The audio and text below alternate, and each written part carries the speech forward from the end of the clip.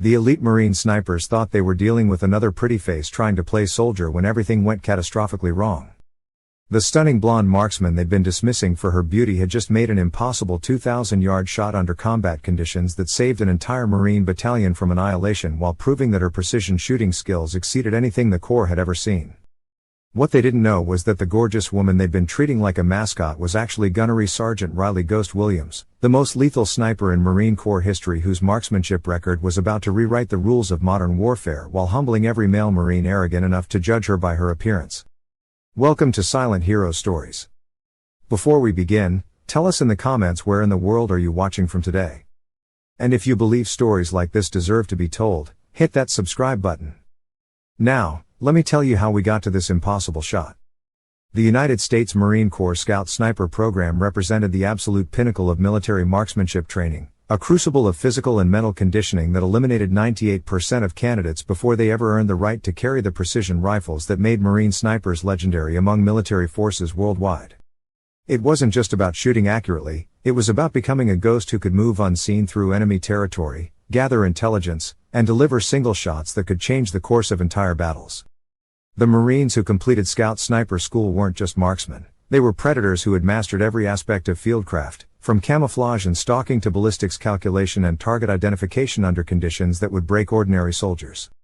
They could remain motionless for days in hostile territory, invisible to enemies searching for them, waiting for the perfect moment to take shots that would eliminate high-value targets from distances that seemed impossible to civilian understanding. Which is why the assignment of Gunnery Sergeant Riley Williams to the 2nd Marine Expeditionary Force's elite sniper platoon had created such controversy among the Marines who considered themselves the most elite warriors in the American military.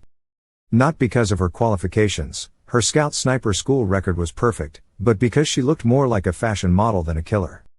At 26 years old, Riley possessed the kind of ethereal beauty that seemed incompatible with the brutal world of military sniping.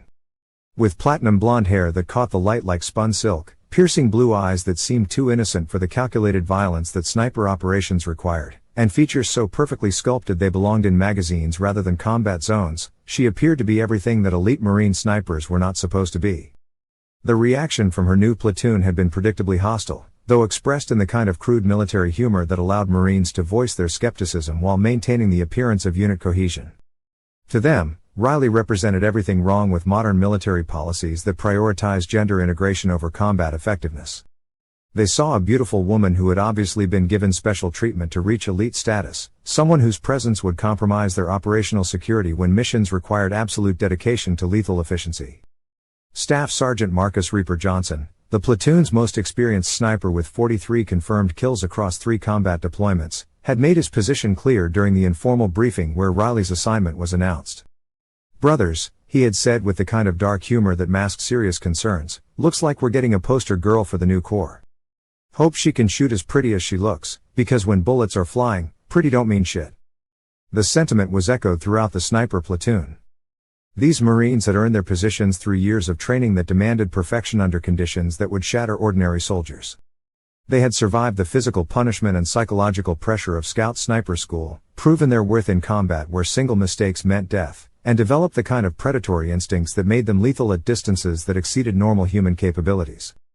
To them, Riley's beauty was evidence that she had been protected from the most demanding aspects of training, given preferential treatment that allowed her to reach elite status without proving she could handle the life or death decisions that sniper operations required. Her perfect features suggested someone who had never endured the physical hardship that forged real Marine snipers, never experienced the mental stress that separated competent marksmen from legendary killers. What they had failed to investigate was Riley's actual background and the circumstances that had led to her assignment to one of the Marine Corps' most elite units. Her personnel file told a story that would have shocked them if they had bothered to read beyond her photograph and basic service information. Riley Williams wasn't a diversity experiment or a public relations stunt. She was the honor graduate of her Scout Sniper School class, having completed the most demanding military marksmanship training in the world with scores that broke records that had stood for decades. More significantly, she was one of only 8 Marines in the entire Corps who had been certified for the most classified and dangerous sniper missions that required not just exceptional marksmanship but tactical genius that exceeded normal military parameters. Her call sign wasn't something assigned by instructors based on appearance or personality, as was traditional in military units. Ghost had been earned during a training exercise that had become legendary among the classified circles of military special operations, where Riley had successfully stalked and eliminated an entire squad of elite military instructors using stealth and marksmanship skills that violated conventional sniper doctrine but proved devastatingly effective against superior numbers.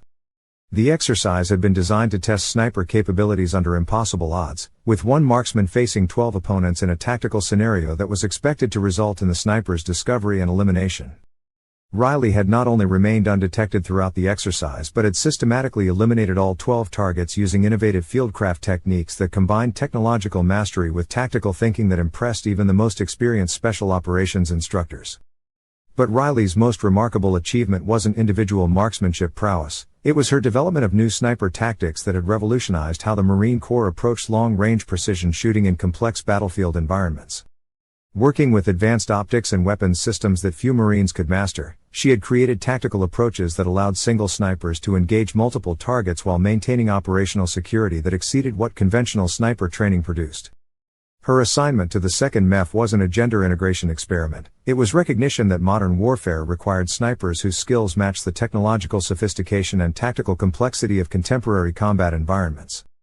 But her new platoon saw only her appearance and made assumptions that would prove nearly catastrophic when combat tested their prejudices against reality. Corporal Venom Martinez, the platoon's second most experienced sniper with 27 confirmed kills, had set the tone for how Riley would be received by her new brothers in arms. "Look," he had said during the squad meeting that followed her introduction, "I'm sure she can shoot. But sniping isn't about punching holes in paper targets. When you're operating behind enemy lines and one mistake means not just your death but compromise of the entire mission, I need to know that my partner has been through the same hell that made the rest of us predators." The sentiment reflected the fundamental challenge facing any Marine trying to earn acceptance in the sniper community. These weren't ordinary infantry soldiers, they were apex predators who had proven their worth in the most demanding military training the Corps offered, then validated those skills in combat where failure meant death not just for themselves but for the Marines depending on their precision and tactical judgment. To them, Riley's beauty was evidence that she hadn't endured the same crucible that had forged their capabilities. They assumed she had been protected from the most physically and psychologically demanding aspects of training, given special consideration that allowed her to reach elite status without proving she could handle the isolation, stress, and moral complexity that sniper operations demanded. What they didn't understand was that Riley's training had actually been more rigorous than their own, conducted in classified programs that pushed sniper capabilities beyond conventional military parameters. Her skills had been developed not just for standard precision shooting but for missions that required performance levels that exceeded what normal sniper training could provide.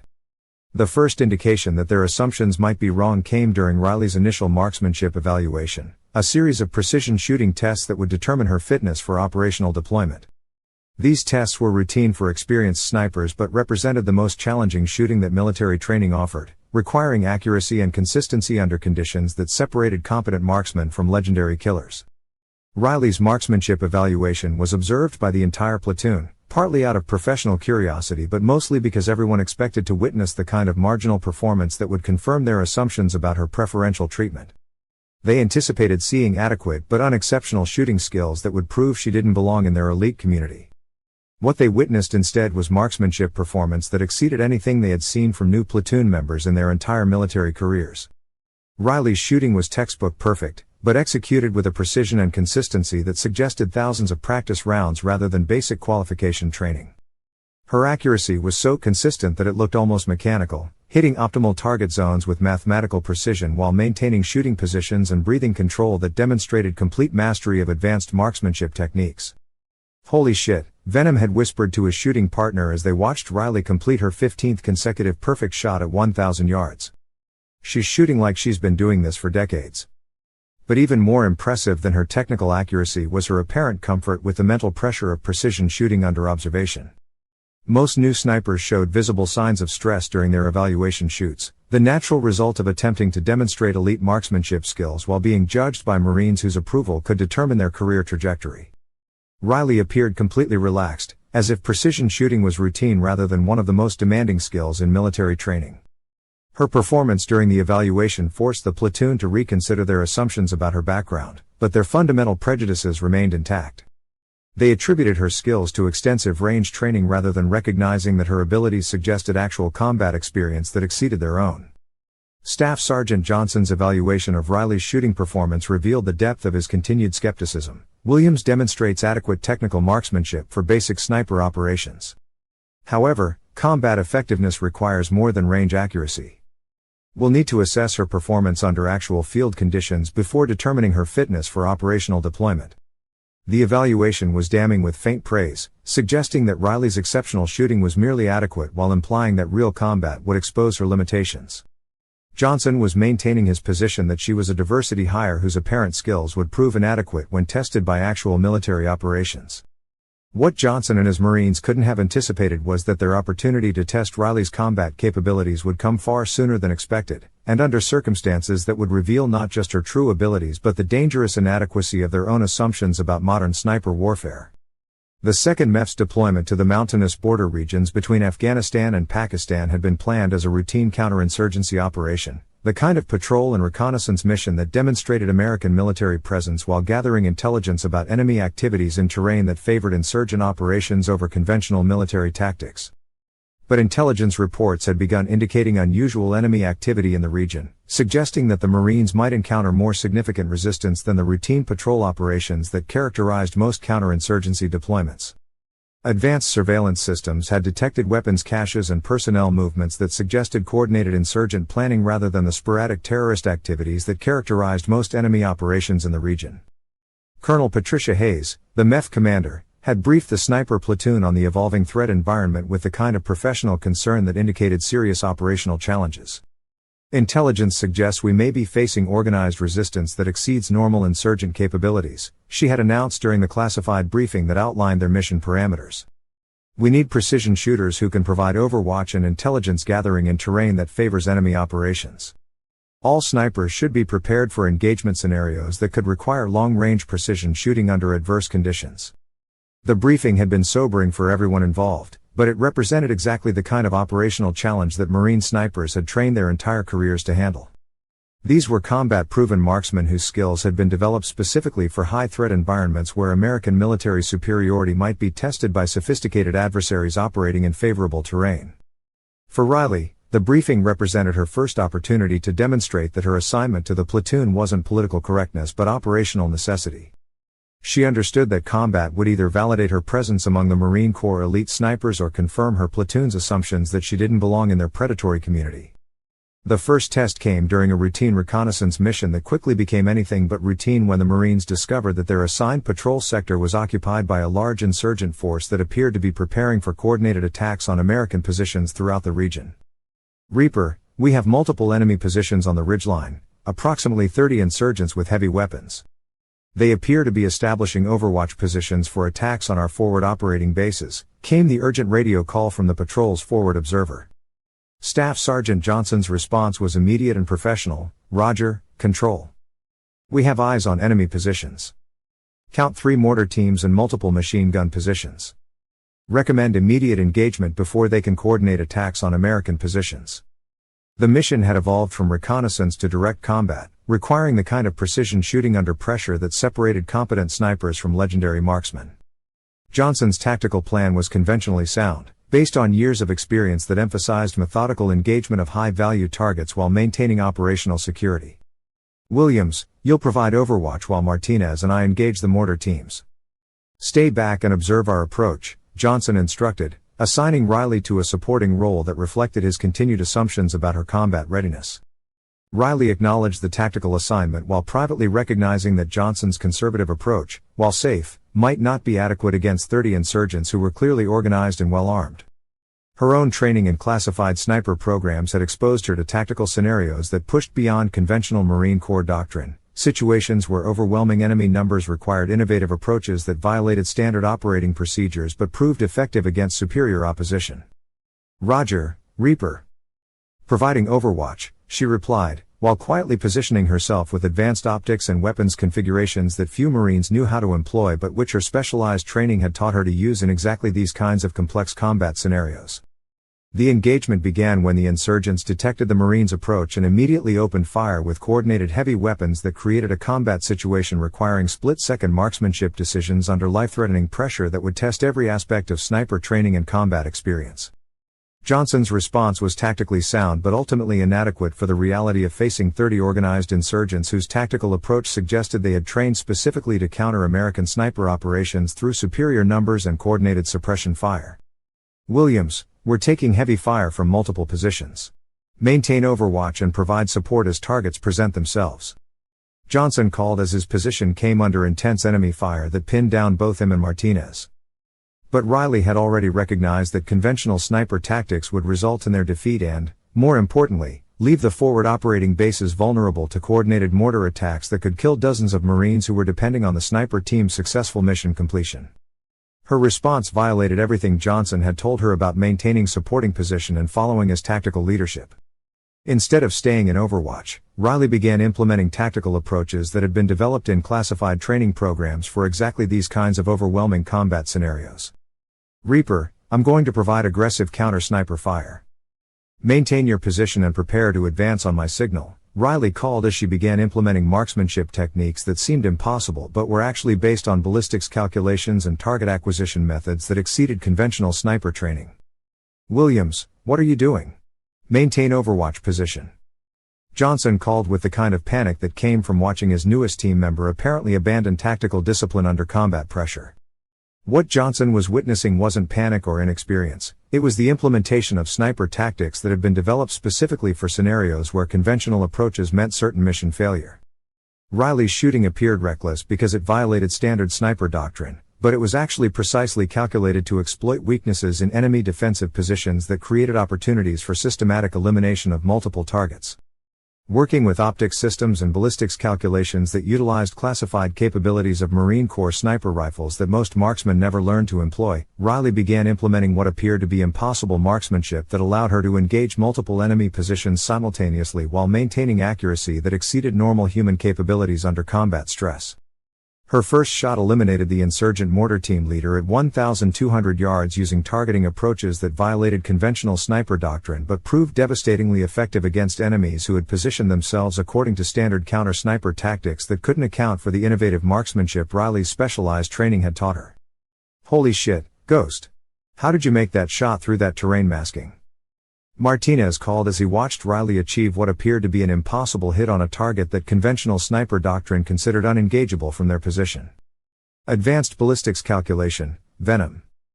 Just maintain your position and let me clear the ridge, Riley replied with the kind of calm professionalism that suggested this level of combat complexity was routine rather than the career-defining moment it represented for most Marine snipers.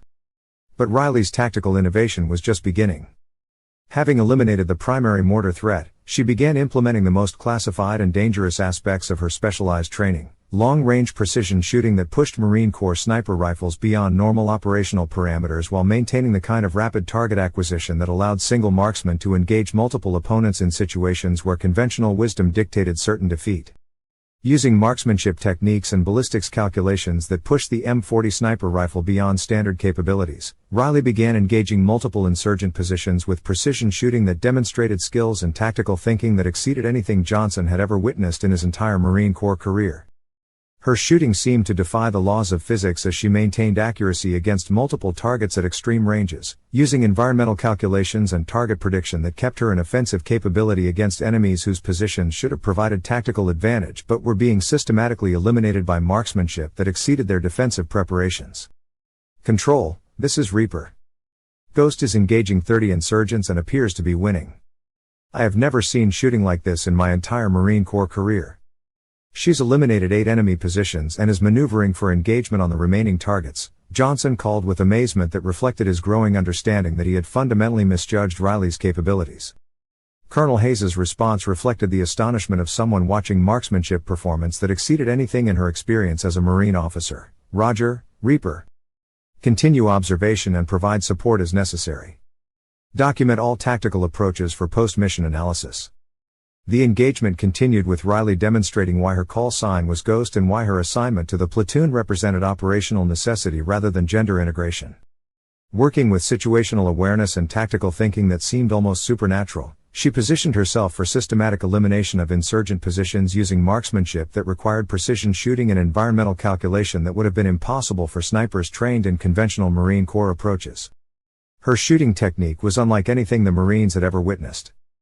Moving through terrain that should have exposed her to enemy fire, she maintained stealth and accuracy that allowed her to engage targets from positions that conventional sniper doctrine considered tactically impossible while achieving hit ratios that exceeded human capabilities under combat stress. Martinez, you have insurgents moving on your left flank, 200 yards. I'm engaging now, Riley called as she eliminated 2 enemy fighters who were attempting to outflank the pinned Marines using tactical movement that conventional sniper overwatch might have missed. I see them down, Ghost. How are you maintaining target acquisition while moving through that terrain? Martinez called with professional amazement at marksmanship performance that violated everything he thought he knew about sniper capabilities. Specialized training, Venom. Movement techniques that aren't taught in standard scout sniper school, Riley replied without pausing in systematic elimination of insurgent positions that were falling to precision shooting that seemed to anticipate enemy tactical decisions before they were executed. The final phase of the engagement demonstrated the full extent of Riley's specialized training and why her presence in the platoon represented the evolution of Marine Corps sniper capabilities rather than political correctness. Working with tactical awareness that bordered on the supernatural, she positioned herself for simultaneous engagement of the final 12 insurgent positions using marksmanship that required coordination of multiple environmental factors that exceeded conventional sniper training. Her final sequence of shots eliminated all remaining insurgent positions within minutes, completing what was arguably the most remarkable individual sniper performance in Marine Corps history.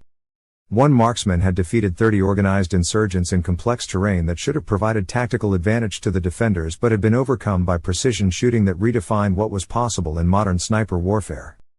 Control, this is Ghost. All 30 insurgents eliminated. No friendly casualties. Mortar threat neutralized. RTB for debriefing, Riley called with the same professional calm she had maintained throughout combat that had lasted 47 minutes but had demonstrated marksmanship capabilities that would be studied in sniper training programs for decades to come. The patrol back to base gave Johnson time to process what he had witnessed, and his radio calls to Riley revealed a complete transformation in his understanding of who she was and what her presence in their platoon actually represented. Ghost, I owe you an apology, Johnson called as they moved through terrain that was now secure thanks to her marksmanship. I've been a sniper for 8 years, and I have never seen shooting that approached what you just did. How did you learn to fight like that? Riley's response revealed the humility and professionalism that had characterized her throughout weeks of condescension and skepticism from platoon members who had made assumptions based on appearance rather than investigating her actual capabilities. Reaper, I was trained in classified programs that most Marines never see. But today wasn't about individual performance, it was about completing the mission and protecting Marines who were depending on our success. The post-mission debriefing became the stuff of Marine Corps legend, not just for Riley's individual marksmanship performance but for the way it transformed how everyone in the MEF understood modern sniper warfare and the capabilities that contemporary threats required from American precision shooters. Colonel Hayes conducted the debriefing personally, recognizing that they had witnessed something unprecedented that would influence Marine Corps sniper doctrine for years to come. Gunnery Sergeant Williams, she began, what we observe today represents marksmanship performance that exceeds anything in our tactical databases. Can you explain the training background that made this possible? Riley's answer revealed the extent to which her platoon had misunderstood not just her individual capabilities but the evolution of modern Marine Corps sniper training and the specialized programs that prepared marksmen for threats that exceeded conventional combat scenarios. Ma'am, I was selected for classified training programs that develop marksmanship approaches for scenarios where Marine snipers might face overwhelming numerical disadvantages against sophisticated enemy forces. The training simulates exactly the kind of combat we encountered today, using techniques that push marksman and weapon capabilities beyond conventional parameters.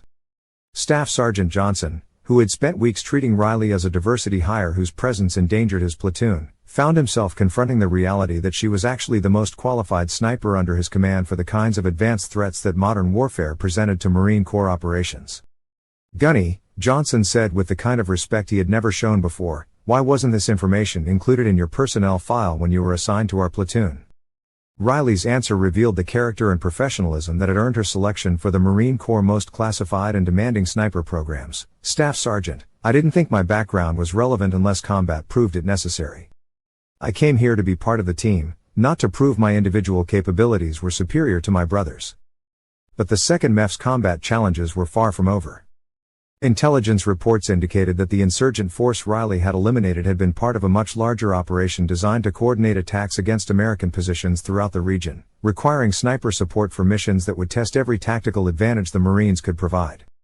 Marines, Colonel Hayes announced during the emergency briefing that followed Riley's combat success, intelligence indicates we're facing coordinated insurgent operations with over 300 enemy fighters preparing attacks against American positions. This represents the largest organized threat to Marine Corps operations in this sector since the beginning of our deployment. The announcement sent shock waves through the MEF's tactical command. 300 organized insurgents with coordinated attack plans represented odds that would test every aspect of Marine training, equipment, and tactical capabilities. It was the kind of engagement that most Marines had trained for their entire careers but never expected to actually face in counterinsurgency operations. All sniper teams will be assigned critical overwatch missions, Hayes continued. This is not a routine patrol. Enemy intentions appear to include overrunning American positions and inflicting maximum casualties. We will defend our positions using every tactical resource at our disposal. The mission briefing that followed revealed the tactical complexity of defending multiple Marine positions against overwhelming insurgent attack.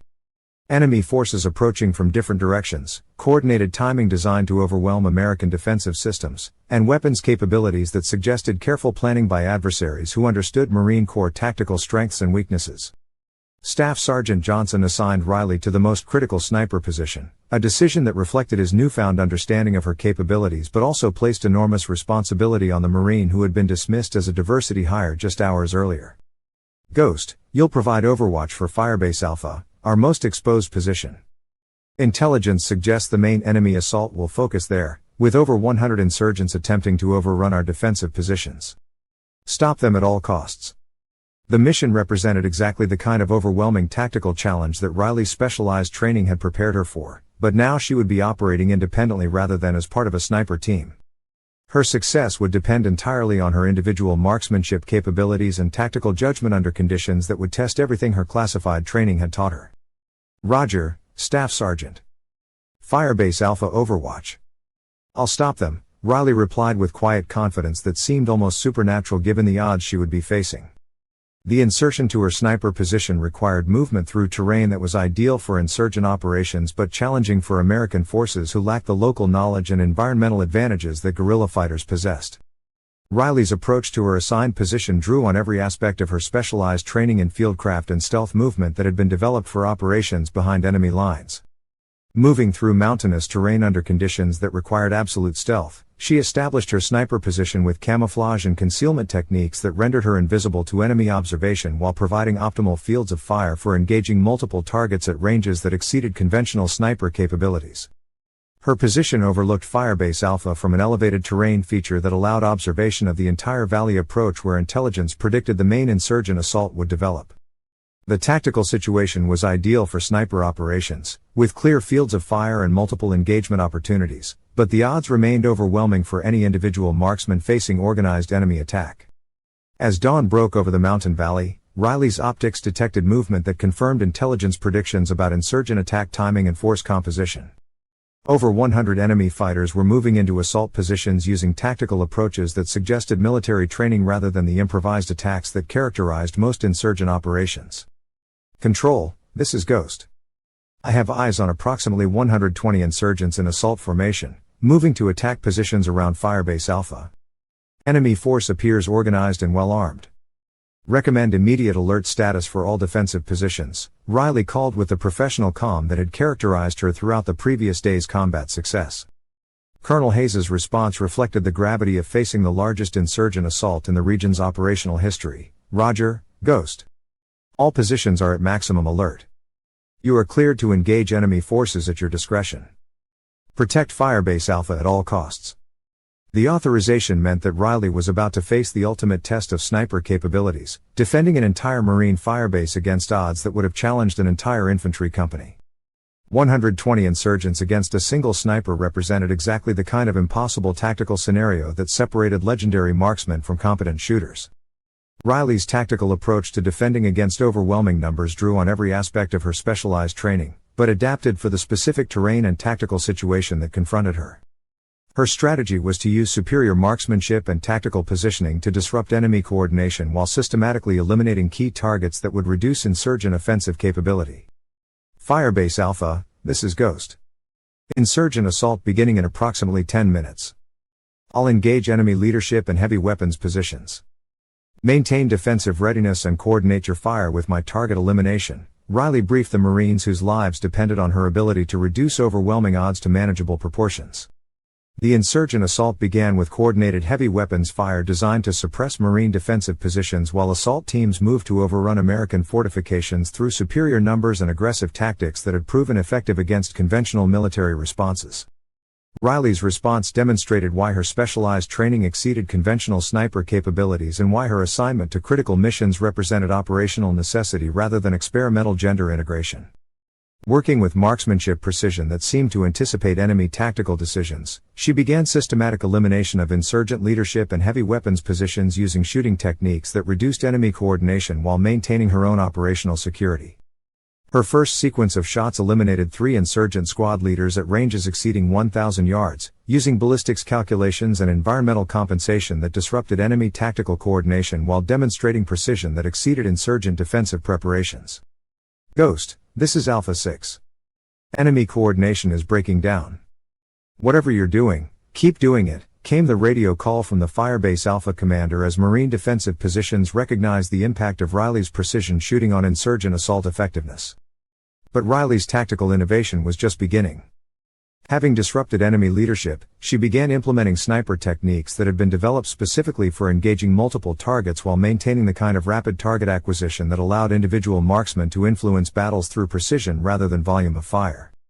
Using marksmanship skills and tactical positioning that pushed sniper capabilities beyond conventional parameters, Riley began engaging insurgent heavy weapons positions with precision shooting that eliminated enemy suppression fire while maintaining accuracy that seemed impossible under combat conditions that included enemy counter-sniper efforts to eliminate her position. Control, this is Ghost. Enemy heavy weapons neutralized. Insurgent assault appears to be losing coordination. Continuing engagement of priority targets, Riley called with professional satisfaction that reflected successful implementation of tactics that were redefining what individual snipers could accomplish under impossible odds. The engagement continued for over 2 hours as Riley systematically eliminated insurgent positions while maintaining operational security that prevented enemy forces from identifying her location despite concentrated efforts to neutralize the sniper who was destroying their coordinated attack. Her fieldcraft and marksmanship combination allowed sustained engagement that exceeded normal sniper operational parameters while achieving hit ratios that seemed superhuman. Firebase Alpha, this is Ghost. Enemy assault appears to be breaking off. Count 67 insurgents eliminated, remaining forces retreating. No friendly casualties reported from my sector, Riley called as the largest insurgent assault in the region's history collapsed under precision shooting that had proven individual marksmanship could overcome overwhelming numerical odds through tactical excellence that exceeded conventional military expectations. The post-action analysis revealed that Riley's individual sniper performance had not only saved Firebase Alpha but had broken the coordinated insurgent offensive that could have overrun multiple Marine positions throughout the region. Her precision shooting had eliminated key enemy leadership and heavy weapons that disrupted tactical coordination beyond the specific targets she had engaged. Gunnery Sergeant Williams, Colonel Hayes announced during the formal debriefing, "Your marksmanship performance today has not only saved Marine lives but has demonstrated sniper capabilities that will influence Marine Corps tactical doctrine for decades to come. The Corps' investment in specialized sniper training has been vindicated in ways that exceed our most optimistic projections." But perhaps the most significant transformation was in how Riley's platoon understood her presence among their elite community. The beautiful young woman they had dismissed as a diversity hire had proven to be not just their equal but their superior in the most demanding test that Marine Corps sniper training could provide. Staff Sergeant Johnson's formal evaluation of Riley's performance reflected a complete reversal of his earlier skepticism. "Gunnery Sergeant Williams has demonstrated marksmanship capabilities that exceed anything in my experience as a Marine sniper. Her tactical performance under impossible circumstances has proven that her assignment to this platoon represents the highest levels of operational readiness rather than political correctness." Corporal Martinez, whose initial condescension had reflected the broader platoon attitude toward Riley's appointment, became one of her most vocal advocates in recognizing what her presence actually represented. "I've been a sniper for 6 years, and I thought I understood what elite marksmanship looked like. Ghost has redefined what's possible in modern precision shooting, and every Marine in this platoon is better because we've had the opportunity to learn from her. The 2nd MEF's successful defense against overwhelming insurgent assault became a case study in modern sniper warfare, but more importantly, it established Riley as a tactical innovator whose marksmanship approaches would influence sniper training throughout the Marine Corps. Her specialized skills, which had been dismissed as evidence of preferential treatment, were recognized as representing the evolution of American military marksmanship to meet threats that exceeded conventional combat scenarios. 6 months later, Gunnery Sergeant Riley "Ghost" Williams was promoted to Staff Sergeant and assigned to develop training programs that would prepare the next generation of Marine snipers for the kinds of advanced threats that modern warfare presented. Her marksmanship performance had not only saved Marine lives but had proven that specialized sniper training was essential for maintaining American military superiority in an increasingly challenging operational environment. The beautiful blonde Marine who had been dismissed as too pretty for elite sniper operations had redefined what was possible in modern precision shooting while proving that the most dangerous assumptions were those based on appearance rather than capabilities. Her story became required study in Marine Corps leadership courses, demonstrating how prejudice and stereotyping could compromise operational readiness in ways that endangered lives and missions. But perhaps most importantly, Riley's success established new standards for evaluating sniper capabilities based on performance rather than preconceptions, ensuring that future generations of Marine marksmen would be judged by their skills rather than their appearance or conformity to traditional expectations. The stunning blonde who looked more like a fashion model than a predator had reminded everyone that true combat effectiveness comes not from matching stereotypes but from possessing the skills and judgment necessary to succeed when everything depends on split-second marksmanship and tactical excellence that can mean the difference between victory and defeat. What they didn't know about Gunnery Sergeant Riley "Ghost" Williams could have filled multiple classified training manuals, but what everyone learned was that some Marines earn their call signs not through appearance or personality but through marksmanship performance that redefines what's possible when skills, training, and tactical thinking exceed conventional expectations. The gorgeous young woman they had assumed was a diversity hire had proven that the most beautiful thing about a Marine sniper isn't conformity to expectations but the ability to save lives and accomplish missions when conventional approaches aren't adequate for the challenges that modern warfare presents to those brave enough to serve their country in the most demanding profession the military has to offer.